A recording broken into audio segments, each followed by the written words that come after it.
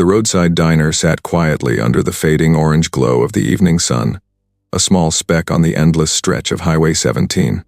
Inside, a warm hush filled the room, the soft clinking of forks, the low hum of an old jukebox, and the steady rhythm of a man wiping down the counter with slow, deliberate motions. That man was Steven Seagal. He wasn't wearing anything flashy, just a plain black shirt, faded jeans, and a calm, unreadable expression. To most people passing through, he looked like any other middle-aged diner owner, just a man serving coffee, flipping pancakes, and offering a quiet nod to truckers who stopped for a hot meal and a moment of peace. But that peace was about to shatter. A roar echoed from outside. Tires screeched, doors slammed, and then loud laughter. A group of 5 young men swaggered toward the diner's entrance, shoving each other, blasting music from their beat-up truck. They were the kind of trouble that small towns whispered about, the kind that fed on fear. The bell above the diner door jingled as they barged in. One gang member kicked a chair out of his way. Another slapped a napkin holder off a table. A third whistled mockingly at a family trying to eat in silence. But Steven didn't look up. He kept wiping the same glass with the same calm rhythm. Not a flinch. Not a word. The gang leader, tall, tattooed, wearing a torn leather jacket, stepped up to the counter and slammed his palm down so hard the salt shaker bounced. "Hey, old man," he barked, leaning in with a smirk full of arrogance. "Hand over your cash drawer." Silence fell across the diner. A worried mother hugged her child. A trucker froze mid-bite. An elderly couple exchanged a frightened look. Steven finally set down the glass gently, quietly, and straightened his posture. His movements were slow, steady, controlled. Not scared, just patient. Without raising his voice, he said, "Son, you don't want to do this." The gang burst into laughter, loud and mocking. "Or what?"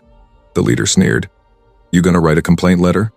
But their laughter didn't last long, because within seconds, they would realize they had just threatened a man who wasn't just a diner owner. He was a former Marine. And what happened next? No one inside that diner would ever forget. The sun had already dipped behind the horizon, leaving the sky painted in purples and deep blues. Highway 17 became quieter as the last of the evening traffic faded away. Inside Steven Seagal's small roadside diner, the warm yellow lights glowed softly, giving the place a peaceful charm that regulars loved and travelers remembered. The diner wasn't fancy, just clean booths, polished counters, and a menu that hadn't changed in years. But everyone who stepped inside felt safe, not because of the walls, but because of the man who ran it. Steven moved from table to table with calm precision. A refill here, a quick smile there, a soft, "How's everything tasting tonight?" to a trucker who'd just driven 12 hours straight. His presence didn't demand attention. It commanded respect without trying. And yet, no one in the diner knew the life he'd lived before this quiet one. The medals he'd earned, the missions he'd survived, the battles he'd fought both outside and inside himself. To the world, he was just the quiet owner of a roadside diner. And that was exactly how he liked it. Outside, though, a storm was forming. The rusty pickup truck that screeched into the gravel lot was no stranger to trouble. Its dented sides, broken taillight, and spray-painted hood told stories of recklessness. The loud music spilling from its windows carried the same energy, wild, chaotic, unapologetic. Inside were 5 young men. Local troublemakers, a small-town gang desperate for power, respect, or maybe just attention. They were used to intimidation, working. They were used to fear opening doors for them. But tonight, they were walking into the wrong place. The gang killed the engine and piled out, shoving each other, hyping themselves up like they were about to perform at some twisted show. Their boots hit the gravel hard. Their laughter echoed across the quiet night. Their intentions were clear long before they reached the door. Truckers in the diner exchanged uneasy glances. A father instinctively pulled his daughter closer. Something in the air shifted a tension so thin and sharp that even the jukebox seemed to quiet itself. The bell above the door jingled softly. The noise didn't match the men walking in. They barged through the entrance like they owned it. One immediately grabbed a handful of straws and tossed them across the room. Another started banging on a booth table like it was a drum. The third stomped loudly toward the counter, announcing his presence like a threat. Steven, behind the counter, kept wiping a clean plate. His movements were slow, rhythmic, unbothered. He didn't raise his voice. He didn't stiffen. He didn't even break the calm expression he was known for. He simply observed, quiet and still, like a man who'd seen far worse storms than this. The gang leader strutted forward, cracks in his leather jacket revealing tattooed scars underneath. A long chain hung from his belt. His boots were muddy, his fists were tight, and his eyes burned with ego, the kind that always needed a target. He slammed his hand on the counter. The sound echoed like a gunshot in the quiet diner. "Listen up, Grandpa," he sneered, leaning in. "We're taking the cash from your register, and we're not asking twice." A few customers gasped. One woman covered her mouth. A teenager slipped his phone out to record. The tension in the room grew, as heavy as thick fog rolling in off the highway. Stephen placed the plate down perfectly centered and straightened his back. His eyes met the gang leader's for the first time. No fear, no anger, just an unreadable calm. "The cash," Stephen said softly, "stays right where it is." The gang burst into laughter. One of them kicked a trash can, sending paper napkins flying. Another walked behind a customer and slapped their hat off. Their chaos grew louder, sharper, meaner. But Stephen didn't move. Not even an inch. His stillness made the gang leader angrier. "Oh, really?" the leader snapped, stepping closer. "You got a death wish, old man?" Stephen slowly reached for a rag, folded it neatly, and placed it beside the counter. "You boys should leave," he said quietly, "while you still can." That simple sentence made one of the gang members snort. Another cracked his knuckles. A third whispered, "Man, this guy thinks he's tough." The leader leaned in again, just inches from Stephen's face. "You think you're gonna stop us?" Stephen remained silent for a moment, letting the tension stretch thin like a wire about to snap. Then he replied, in a voice so calm it sent chills through the room. "Son, I've stopped worse." The gang didn't understand the meaning behind those words. Not yet. But soon, very soon, they would. Before continuing, tell me in the comments, do you think staying calm makes a man weak or powerful? Which city and country are you watching from? Tell me in the comments. The diner, once filled with the soft clinks of silverware and quiet conversations, now felt like it was holding its breath. Every customer sat frozen in their seats, unsure whether they were witnessing a robbery or the beginning of something far worse. The gang leader cracked his neck loudly, a smug grin carved across his face as he leaned even closer to Stephen. "You want to play hero tonight, old man?" he hissed. Stephen didn't flinch. He didn't blink. He simply rested his hands on the counter, fingers relaxed, shoulders loose, the posture of a man who knew exactly what he was capable of. One of the younger gang members, buzzing with adrenaline, stepped forward. "Man, stop talking to him, just grab the money." He reached across the counter, trying to yank the register toward himself. Stephen moved one hand. Just one. He placed it gently on top of the gang member's wrist, no force, no aggression. But the boy stopped instantly. It wasn't pain stopping him. It was something else, something he couldn't explain. A feeling like an invisible wall, a presence heavier than physical strength. Stephen looked him in the eyes. "Don't." The word was calm, but somehow sharper than a blade. The boy jerked his hand back and stepped away involuntarily. "Well, what the hell was that?" he muttered. The leader scoffed. "He's bluffing. He's just some washed-up cook." He signaled to another gang member, a tall, lanky guy with a scar across his cheek. "Show him we're not here to talk." Scar Cheek pulled out a pocket knife. Customers gasped. A woman clutched her child, whispering prayers under her breath. He flicked the blade open with a click, holding it up like a trophy. "You see this?" he said, waving it inches from Stephen's chest. "This is how things go when people don't listen." Stephen stared at the blade with no emotion whatsoever. If anything, he looked bored. "That knife," Stephen said quietly, "isn't your friend. It will get you in trouble one day." The gang erupted in laughter again. "Oh yeah?" Scarcheek spat. "And who's gonna stop me? You?" Before anyone could blink, Scarcheek lunged forward. But Stephen had seen that movement 1,000 times in training, in combat, in places far darker than this little diner. His response was almost invisible. A shift of weight, a turn of the wrist, a simple sidestep. In one fluid motion, he caught the attacker's arm, rotated it, and guided the momentum downward. Thud. Scarcheek found himself face down on the counter, knife skittering across the floor, breath knocked clean out of his lungs. The entire diner went silent. Even the gang members froze, their laughter choking in their throats. Stephen released Scarcheek gently, almost respectfully, and the man collapsed to his knees, shaking. The leader's eyes widened. "What?" "What did you just do?" Stephen didn't respond. He simply stepped back behind the counter, as calm as if he'd just adjusted a salt shaker. The youngest gang member, barely 18, whispered, "Dude." He moved so fast I didn't even see it. Panic flickered through the group. But ego is a dangerous thing. The leader stepped forward again, fists clenched, trying to regain dominance. "You think that scares us?" he growled. "We're 5, you're 1. Stephen raised an eyebrow. "You sure you want the odds to matter tonight?" The leader hesitated. Only for a second. But everyone in the room saw it. One of his men, the loudmouth with messy hair, jumped in, trying to lift the mood. "Man, I'll knock this guy out myself." He rushed Stephen with a wild punch, swinging with all the strength he had. Stephen didn't counter. He didn't dodge. He simply stepped aside and placed his hand between the punch and his own face, redirecting the blow effortlessly. The loudmouth stumbled, losing balance. Stephen tapped his shoulder just a tap and the man dropped like someone had cut his strings. 2 down. The leader's bravado began to crack. Sweat gathered on his forehead. His eyes darted between Stephen and his fallen men. "What are you?" he demanded, voice trembling despite his attempt to sound bold.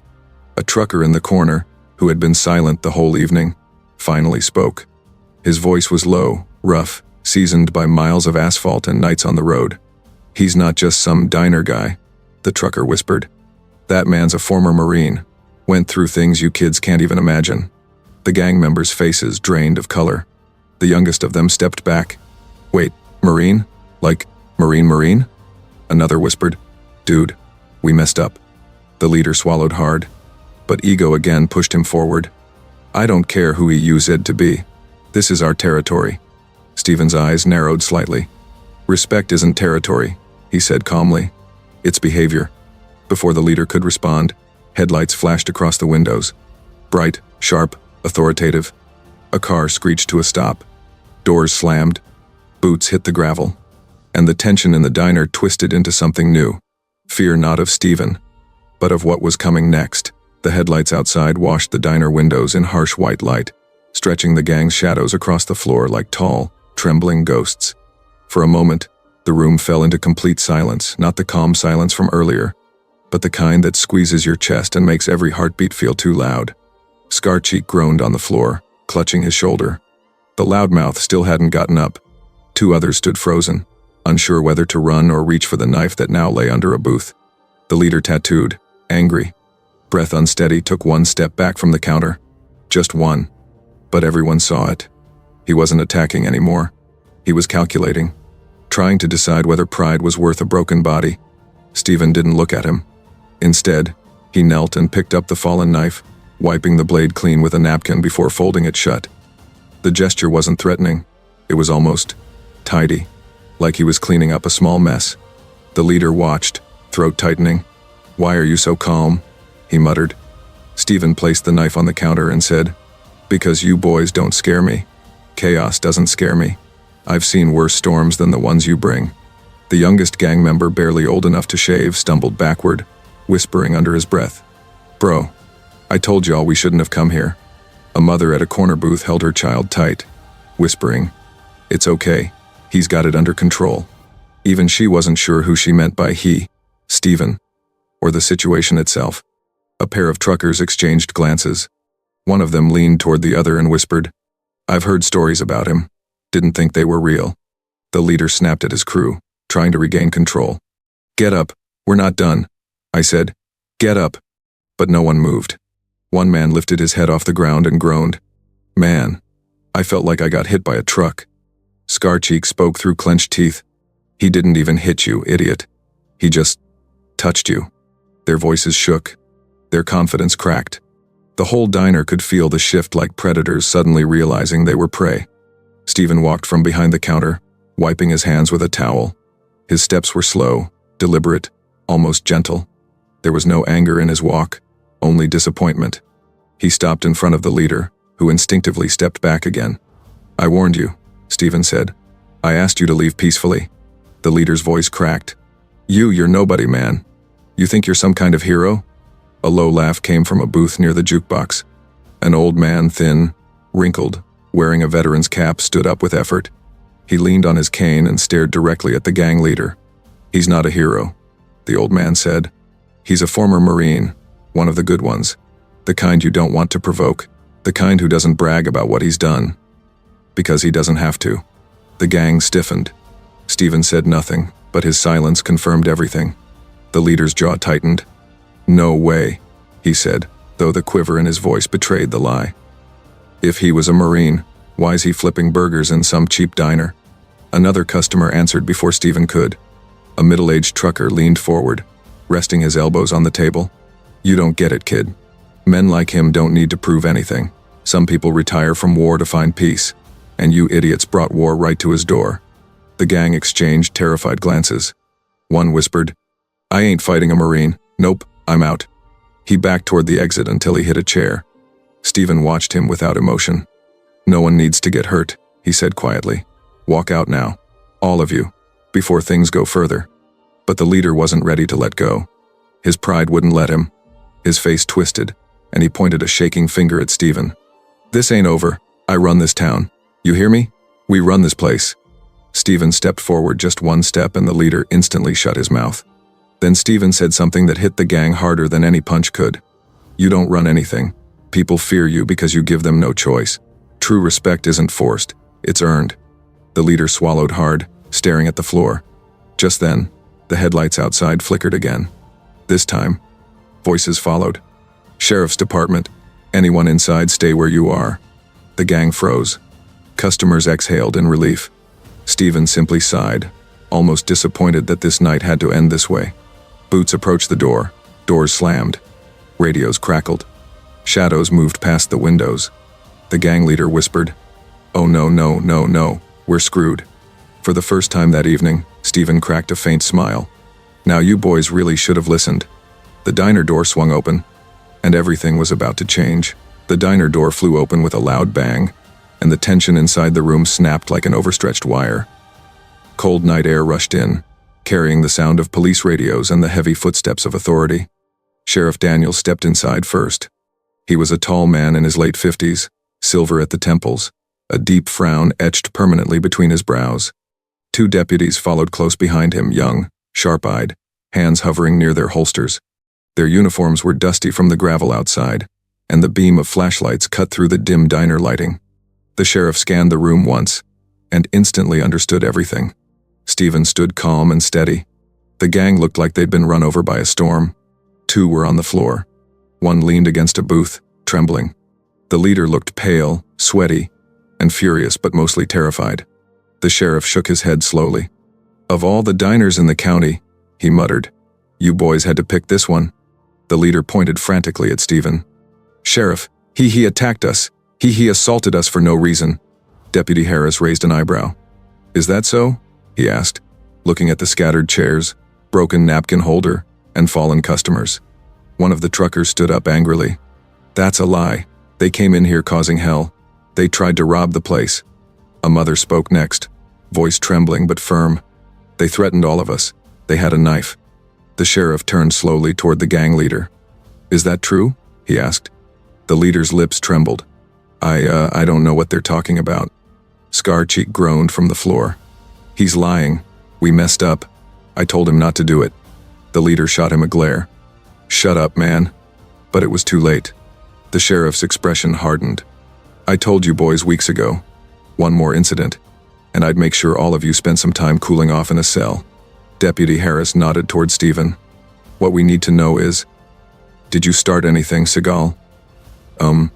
Stephen wiped his hands on a towel, his voice low and calm as always. They asked for the cash drawer. I told them no. They insisted. One pulled a knife. The deputies exchanged looks, not of suspicion, but of recognition. Sheriff Daniels let out a long sigh. Well, he said. Sounds about right. The leader snapped. What do you mean, sounds about right? Aren't you going to arrest him?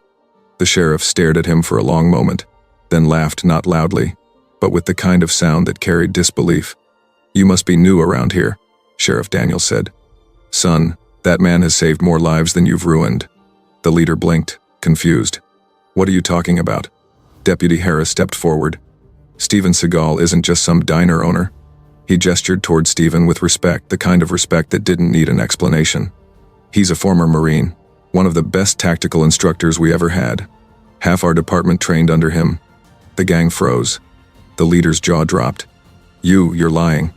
The sheriff shook his head. No, kid. I only wish we had 10 more like him. The youngest gang member whispered. Man, we tried to rob a Marine instructor? His voice cracked like he was about to faint. Even the other customers looked at Stephen in a new light. The elderly veteran with the cane nodded proudly. Told you boys he wasn't someone to mess with. Scarcheek put his hands up in defeat. Okay, Sheriff. I'm done. Arrest us, whatever. Just keep him away from me. The sheriff chuckled. You're safer next to me than you were trying to fight him. The leader stepped backward until his spine hit the wall. Sweat dripped down his temples. He looked like a man watching the last wall crumble.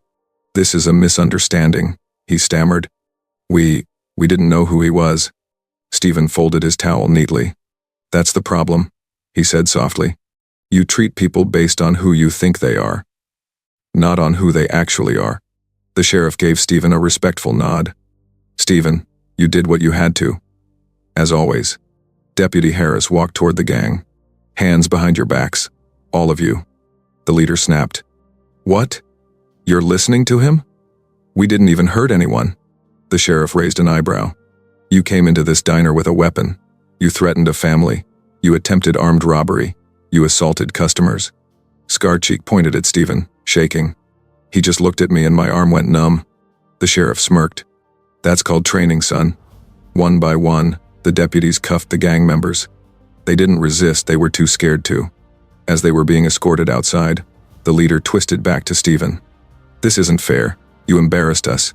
You made us look weak. Stephen met his eyes with the same quiet stare. I didn't make you weak. Your choices did. The leader lowered his gaze. He knew it was true. The sheriff paused in the doorway and looked at Stephen with a half smile. You ever think of coming back to the force? Stephen shook his head lightly. No. People here need a place that's peaceful. And I need a life that's quiet. The sheriff nodded. Well, thanks for not wrecking the whole diner this time. Customers laughed softly, tension finally melting away. As the deputies guided the gang toward the squad cars, Stephen walked back behind the counter, picked up the same glass he'd been cleaning earlier, and resumed wiping it calm as ever. The storm had passed, but its lesson was just beginning. The flashing red and blue lights faded down the empty road as the sheriff's cruisers drove away, taking the battered gang with them. The diner slowly settled into a heavy, relieved silence, the kind that comes only after chaos has finally passed. Stephen stood behind the counter, quietly setting chairs upright and collecting broken pieces of a ceramic plate. His movements were calm, almost meditative, like nothing unusual had happened at all. The trucker with the baseball cap approached him. Hey, Stephen, he said, rubbing the back of his neck awkwardly. You saved our skins tonight. Stephen gave a faint nod. I just reacted. Anyone would have. But the trucker shook his head. No, not like that. Not with that kind of control. I've seen bar fights, but what you did. He exhaled. That was something else. An elderly woman stepped forward next, the same woman who'd shielded her granddaughter when the gang pulled the knife. Tears shimmered in her eyes. Thank you, she whispered. You didn't have to stand up for us, but you did. Stephen's expression softened. You were scared. That's enough reason. The little girl peeked out from behind her grandmother and shyly waved. Are you a superhero? She asked. Stephen smiled gently. No, just someone who believes people deserve to feel safe. The girl nodded thoughtfully, as if accepting a secret truth. Meanwhile, Linda, his longtime waitress and closest friend, walked over with a broom in her hand and a stern expression on her face. Well, she said, glancing around at the mess. If you were trying to give me extra work tonight, you succeeded. Stephen chuckled. I'll clean it. You bet you will, she replied, but her voice cracked with emotion. She stopped, looked at him, and placed a hand on his arm. You okay? He nodded once. Are you? She let out a shaky breath. Now I am. They exchanged a look familiar, steady, built on years of trust. The rest of the customers slowly began helping too. The trucker moved the broken table aside. The elderly veteran steadied the overturned napkin dispenser. 2 teenagers began mopping the spilled soda. Within minutes, the diner transformed from a battlefield back into a warm, lived-in place. The smell of spilled fries and coffee was replaced by the comfort of ordinary life again. Linda handed Stephen a new dish towel. "You know," she said casually, "people around here think of you as just a quiet guy who makes good coffee and terrible jokes." Stephen raised an eyebrow. "My jokes aren't terrible." "Uh-huh," she smirked. "But after tonight, they're gonna see you differently." Sheriff told a few things while he was outside about your Marine years, your training. Stephen paused, the towel hanging loosely from his hand. "I didn't want that getting around." "Well," she said gently, "you can't exactly stop people from being grateful." He sighed quietly. "I'm not looking for attention." "I know," she said, touching his shoulder briefly. "But you earned respect tonight, the kind you don't hide from." Before he could respond, the door jingled again.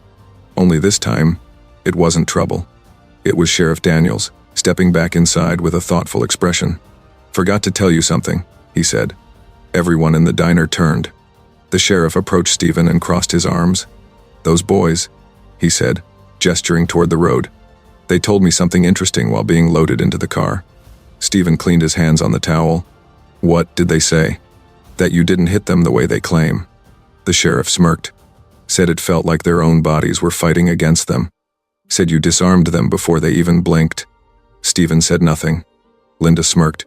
"That's called skill." The sheriff leaned closer. "You ever think of teaching again? Not full-time, just a weekend course for my deputies. They could use someone like you." Stephen hesitated. Memories flickered: training fields, heavy boots, shouting commands, young recruits making their first mistakes, the weight of responsibility. "I left that life behind," he said quietly. "I know," the sheriff answered. "But maybe you didn't leave it for good. Maybe you just needed a place to breathe." Stephen considered that. The sheriff headed for the door. "Think about it," he said, adjusting his hat. "And Stephen, you did good tonight. Really good." With that, he left. As the door closed, Linda nudged him lightly. "You should do it," she said. "It's who you are." Stephen looked around the diner at the people smiling, thanking him, helping each other, rebuilding the peace he tried so hard to maintain. "This diner is who I am now," he said. "And teaching?" she asked. He paused, then smiled faintly. "Maybe it can be part of it." Linda grinned. "I knew you'd come around." The last of the customers thanked Stephen before heading out into the cool night air. One by one, they left until only Linda and Stephen remained. He turned off the neon open sign, casting the diner into a soft, warm glow. "You go home," Stephen said. "I'll finish the cleaning." Linda shook her head. "No. After tonight, I'm not leaving you alone." They cleaned together in comfortable silence. Outside, the night had finally settled. Peaceful. Still. The kind of peace Stephen had fought years to find. But now he understood something. Sometimes peace isn't the absence of trouble. Sometimes it's knowing you can face it and protect others from it. And in that quiet diner, surrounded by the faint smell of coffee and the echo of bravery, Stephen Seagal felt something he hadn't felt in a long time. Purpose. The moon hung high above Highway 17, casting a silver glow over the quiet stretch of road. The diner's lights flickered softly inside, warm and steady like a lighthouse after a storm. Stephen stepped outside for a moment, leaning against the railing with a slow breath. The cool night breeze brushed against his face. Linda joined him, arms crossed to fight the cold. "You know," she said gently, "people are going to talk about tonight for a long time." "Let them," Stephen replied quietly, "as long as it makes them feel safer." She looked at him for a moment, really looked. "You didn't just protect them. You reminded them something the world forgets too often." "What's that?" "That quiet people aren't weak. That calm people aren't afraid. That real strength doesn't need to shout." Stephen let her words settle. He had spent years trying to disappear, trying to leave behind the noise, the violence, the weight of his past. But tonight reminded him that hiding wasn't the same as healing. Linda nudged him. "You think the sheriff was right?" Stephen raised an eyebrow. "About what?" "About teaching again. About helping people like you used to." He looked out at the highway, the endless road, the steady hum of late-night trucks passing in the distance. The world outside the diner still felt dangerous, unpredictable, full of people who took advantage of the weak. But the world inside? Tonight, he had made sure it stayed safe. "Maybe," he said thoughtfully. "But only if it helps more people sleep peacefully." Linda smiled. "That's what I thought." They stood there for a long moment, letting the night settle around them like a soft blanket. Inside, the neon sign buzzed faintly, Stephen's Roadside Diner, glowing in simple red letters. A place that had always been a stop for truckers, travelers, and families. But after tonight, it had become something more. A symbol, a reminder, a safe spot along a dangerous road. Stephen finally walked back inside, flipping off the last row of lights. The diner dimmed, but the warmth stayed. He locked the door slowly. Just as he turned to leave, he paused, looking at the faint reflection of himself in the glass. A man who once fought battles with guns and discipline, now fighting them with silence and restraint. A man who once trained warriors, now serving coffee and peace. But deep down, the Marine in him still existed. Not loud, not violent, just ready. Linda tapped his shoulder. "You coming?" He nodded and followed her toward the parking lot. Before getting into her car, she said softly, "You know what amazed me most tonight?" "What?" "You didn't lose control. Not even once. If anything, you were calmer when things got dangerous." Stephen gave a faint smile. "That's the thing about storms," he said. "The more you've survived, the less they scare you." She smiled back, her eyes reflecting the streetlights. "Well, I'm glad you survived enough storms to save us from one." They said goodnight, and Stephen watched her drive away. For a moment, the night was completely still. No cars, no voices, just the faint chirping of crickets and the whisper of the wind brushing across the highway. Stephen looked at the diner one more time. Then, in a quiet voice no one else was there to hear, he said, "Respect is earned by how you treat the powerless, not how you challenge the powerful." He walked to his motorcycle, the engine rumbling gently as it came to life. He didn't speed off. He didn't roar down the highway like a man escaping darkness. He rode calmly like someone who finally understood that strength wasn't in the fight. It was in choosing when to fight. And as the taillight disappeared into the long stretch of night, one truth lingered behind him. Heroes don't always wear uniforms. Sometimes they wear aprons. Sometimes they flip pancakes. Sometimes they run roadside diners. But when the moment comes, their courage speaks louder than their past. If you believe respect and humility are real strength, type respect in the comments. And tell me where you're watching from. I want to greet every good-hearted person myself.